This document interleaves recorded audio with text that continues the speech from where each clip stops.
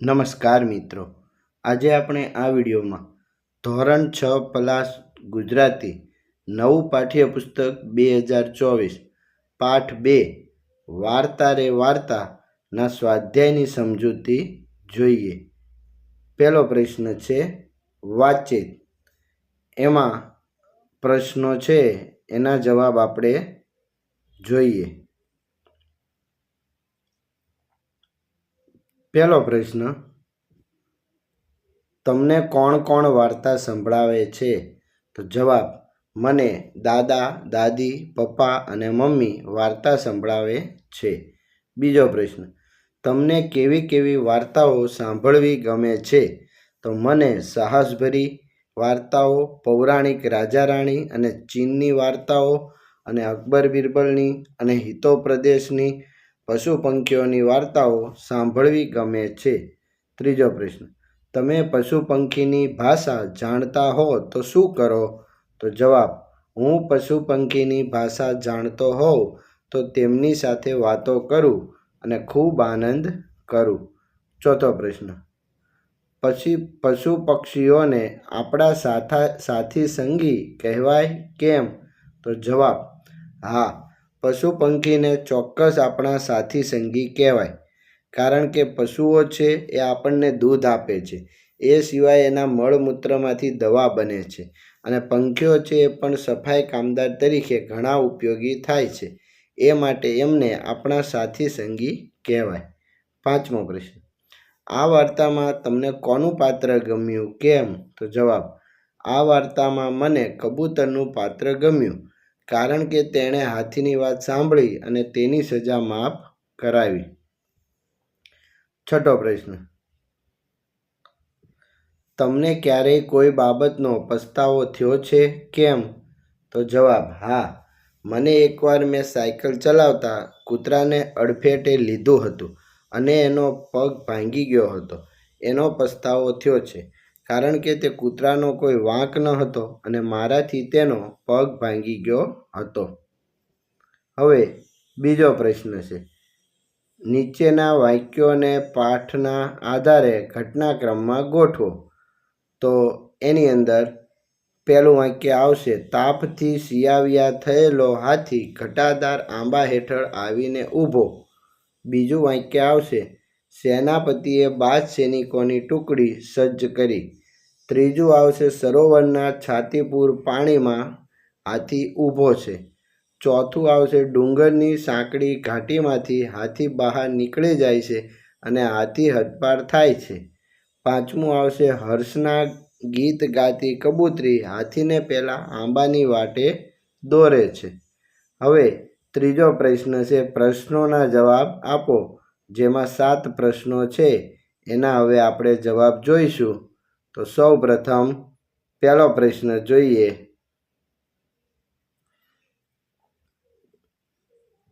કે કાગડીએ શા માટે કકળાટ મચાવી મૂક્યો? તો જવાબ, હાથીએ પોતાની સૂંઢથી ઝાડને હલાવી ઝાડ પર રહેલ કાગડીના માળામાંથી 3 ઈંડાને નીચે પાડી દીધા અને ફોડી નાખ્યા. તેથી કાગડીએ કકળાટ મચાવી મૂક્યો. બીજું, કાગડીએ નાતના પંચને શી ફરિયાદ કરી કેમ? તો જવાબ, કાગડીએ નાતના પંચને ફરિયાદ કરી, મહાજન, મારે આ હાથી સામે ફરિયાદ નોંધાવી છે. એણે વગર વાંકે મારા ઈંડા ફોડી નાખ્યા છે, મારા બચ્ચાની હત્યા કરી છે, માટે એને સજા કરો. ત્રીજો પ્રશ્ન,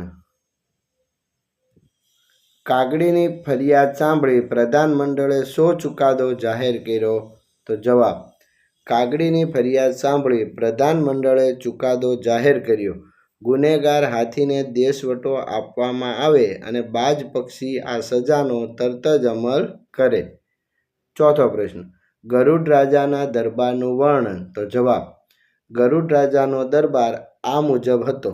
દરવાજે ગીધની ચોકી છે, કુકડાની પડઘમ ગાજે છે, મેળીએ બુલબુલની શરણાઈ વાગે છે, ચોકમાં ન્યાયની ધજા ફરકે છે, રાજા ગરુડ સભા ભરીને બેઠા છે, પાછે હંસનું પ્રધાનમંડળ બિરાજે છે. હવે છે પાંચમો પ્રશ્ન, પક્ષીઓએ હાથીને હદપાર કેવી રીતે કર્યો? તો જવાબ, હાથી પાણીમાં હતો ત્યારે બાજ સરદાર હવામાંથી તીર વેગે હાથી પર ઘસે છે. એની પીઠ પર તે ચાંચનો જોરદાર ઘા મારે છે. હાથીના રંગમાં ભંગ પડે છે. એ છડી ઉઠે છે. ત્યાં તો બાજ ટુકડી એના પર ચારે બાજુથી હલ્લો કરે છે. ધમપછાડા કરતો હાથી પાણીમાંથી બહાર નીકળે છે. ઊંચી સૂંઢે ઊભી પૂંછડીએ ભાગવા છે. બાજ સેના પીછો પકડે છે અને આ રીતે હાથીને બહાર કાઢે છે. છઠ્ઠો પ્રશ્ન, હાથીને કઈ વાતનો પસ્તાવો થતો હતો? કેમ? તો જવાબ, હાથીએ કાગડીના ઈંડા તોડી નાખ્યા એ બાબતનો એને પસ્તાવો થતો હતો. કારણ કે તેને જાણી જોઈને નહીં પણ આનંદને આનંદમાં ઈંડા ફોડી નાખ્યા હતા એટલે પસ્તાવો હતો. સાતમો પ્રશ્ન, કબૂતરીએ હાથીની સજા માફ ન કરાવી હોત તો? તો જવાબ, કબૂતરીએ હાથીની સજા માફ ન કરાવી હોત તો હાથીને કોઈ માફ ન કરે અને કાયમ માટે એને બીજા જંગલમાં એકલા રહેવું પડે. એની પછી હવે આગળ જોઈએ. આગળ છે ચોથો પ્રશ્ન. આ પાઠમાંથી પ્રાણીઓના અવાજ રજૂ કરતા વાક્યો શોધીને લખો. ઉદાહરણ આપ્યું છે એ મુજબ મોર તો વર્ષા ઋતુના આગમને ટેહું ટેહું કહેકે છે. બીજું છે કોયલ, આંબા ડાળે મધુર સ્વરે ગૂંજે છે. ત્રીજું છે કબૂતર તો ગળું ફૂલાવી ઘૂ ઘૂ કરે છે. પાંચમું હોલો તો પ્રભુ તું બોલે છે. અને કૂકડો સૂર્યોદય થતાની સાથે જ કૂકડે કૂક કરે છે. પછી છે પ્રશ્ન 5, આપેલા શબ્દોના આધારે ફકરો બનાવો. તો એ શબ્દ આપ્યા છે એના આધારે આપણે ફકરો જોઈશું.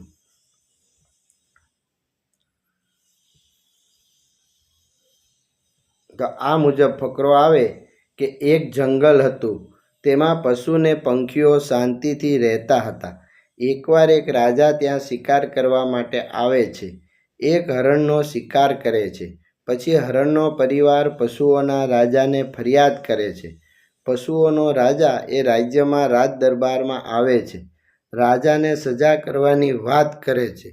ત્યારે પ્રજા પણ એની સાથે સંમત થાય છે. રાજાને રાજ્ય છોડી જંગલમાં રહેવાની સજા કરવામાં આવે છે. રાજા જંગલમાં જાય છે. ત્યાં પંખીઓનો રોજ કલરવ સાંભળે છે અને આ કલરવથી તે કંટાળી જાય છે. આ કલરવ એને કકળાટ જેવો લાગે છે. પછી તે પશુ પક્ષીઓની માફી માગે છે અને પોતે કરેલી ભૂલ પોતાને સમજાય છે અને પોતાને રાજ દરબાર લઈ જવા વિનંતી કરે છે. પશુઓનો રાજા પછી તેની સજા માફ કરે છે અને રાજાને પાછા રાજ દરબારમાં મોકલવામાં આવે છે. એની પછીનો પ્રશ્ન છઠ્ઠો, કૌંસમાં આપેલ શબ્દોનો ઉપયોગ કરી ખાલી જગ્યા પૂરો.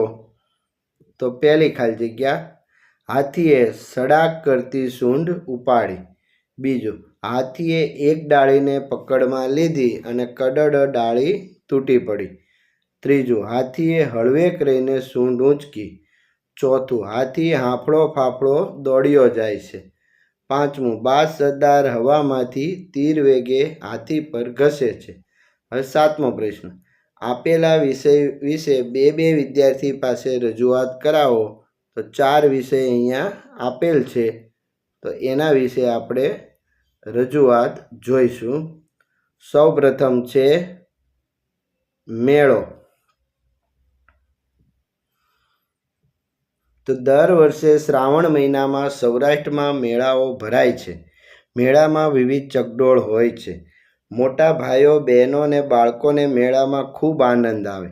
મેળામાં ખાણીપીણીની વસ્તુઓ પણ વેચાય છે અને એ સાથે રમકડા અને વિવિધ સ્ટોલ પણ હોય છે. મેળાથી બાળકો ખૂબ જ ખુશ થાય છે અને મોટેરાઓને પણ ખૂબ આનંદ આવે છે. હવે બીજું છે રમતોત્સવ. તો અમારી શાળામાં દર વર્ષે ડિસેમ્બર મહિનામાં રમતોત્સવનું આયોજન થાય છે. તેમાં દરેક ધોરણના બાળકો વિવિધ રમતમાં ભાગ લે છે. દરેક બાળકો પોતાનું કૌશલ્ય બતાવે છે. જે બાળકોના નંબર આવે તેને આગળ તાલુકા કક્ષાએ અને પછી જિલ્લા કક્ષાએ મોકલવામાં આવે છે. રમતોત્સવમાં ખૂબ મજા આવે છે. નંબર આવનાર બાળકોને ઇનામ પણ આપવામાં આવે છે અને ખૂબ પ્રોત્સાહિત કરવામાં આવે છે. ત્રીજું છે ઉત્તરાયણ. તો એના વિશે જોઈએ. ઉત્તરાયણને મકર સંક્રાંતિ પણ કહે છે. તેને ખીહર પણ કહેવામાં આવે છે. તે 14મી જાન્યુઆરીના દિવસે આવે છે. તે પતંગોનો મુખ્ય તહેવાર છે. અમદાવાદવાસીઓ આ તહેવાર 2 દિવસ માટે ઉજવે છે. આ તહેવારની બાળકો 1 મહિનાથી મોજ લેતા હોય છે. ઉત્તરાયણના આગલા દિવસે પતંગ, દોરી, ફિરકી વગેરે તૈયાર રાખવામાં આવે છે. ઉત્તરાયણના દિવસે આખો પરિવાર પતંગ ચગાવવાની મોજ માણે છે.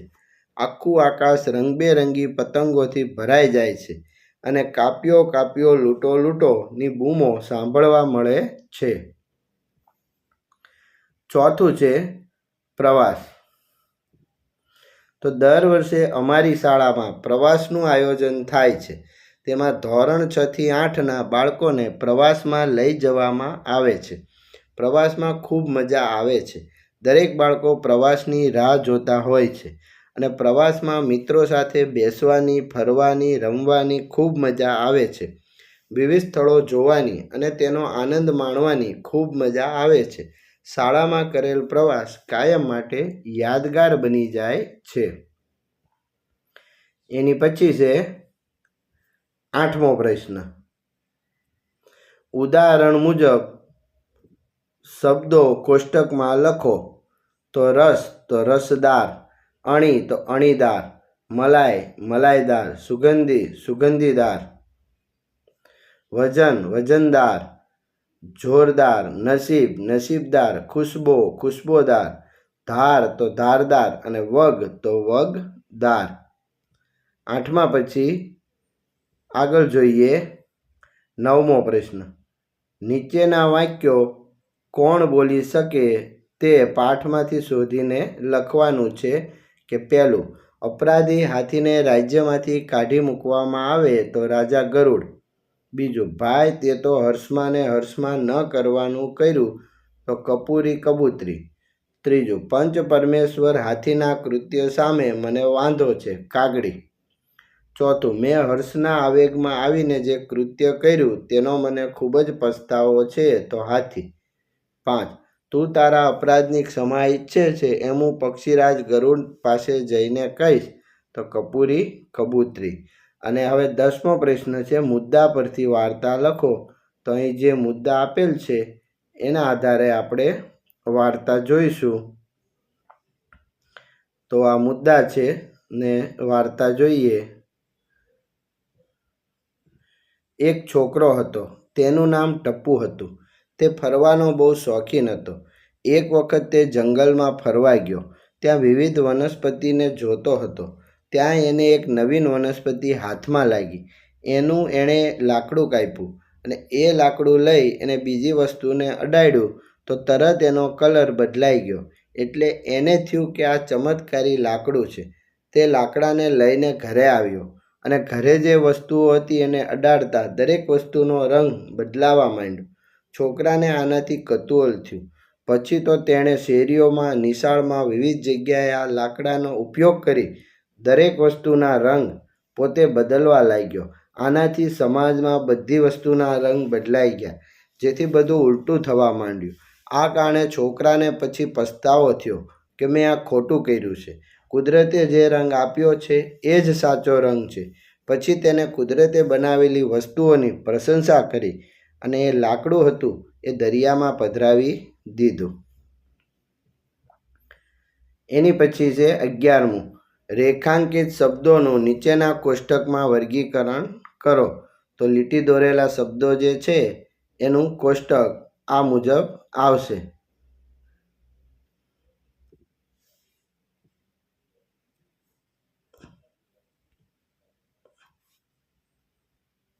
સૌપ્રથમ પહેલી લાઈનમાં જાતિવાચક નામપદ. તો એમાં જંગલ, જિલ્લો, સ્થાપત્યો, શાળા અને વિદ્યાર્થી. પછી વ્યક્તિવાચક નામ પર રવિવાર, પોળો, સાબરકાંઠા અને હાથમતી. અને સમૂહવાચકમાં સહકુટુંબ અને ટોળું. અને ભાવવાચકમાં સુંદર, સૌંદર્ય, રોમાંચ, આનંદ અને મજા જેવા શબ્દો આવશે. અને હવે છેલ્લો પ્રશ્ન છે કે રેખાંકિત પદોના સ્થાને કયા પદો મૂકી શકાય અને તેને શું કહેવાય? તો સુગંધા 8 વર્ષની છોકરી છે. તે ઉત્સવપ્રિય છે. તેના દાદીને પણ તહેવાર ખૂબ ગમે છે. તેના મમ્મી પપ્પા ક્યારેય તેને ગમતું કરતા રોકતા નથી. તે પણ તેના મમ્મી પપ્પાએ આપેલી છૂટનો ક્યારેય દુરુપયોગ કરતી નથી. તેથી તેને તેના ઘરના બધા જ સભ્યો ડાહી ડમરી કહે છે. તો આવી રીતે નામને બદલે સર્વનામ છે એ આવશે. તે, તેના, તેને જે આપણે જોયા એ મુજબ શબ્દો આવશે. આભાર મિત્રો. હવે પછીના પાઠમાં મળીશું.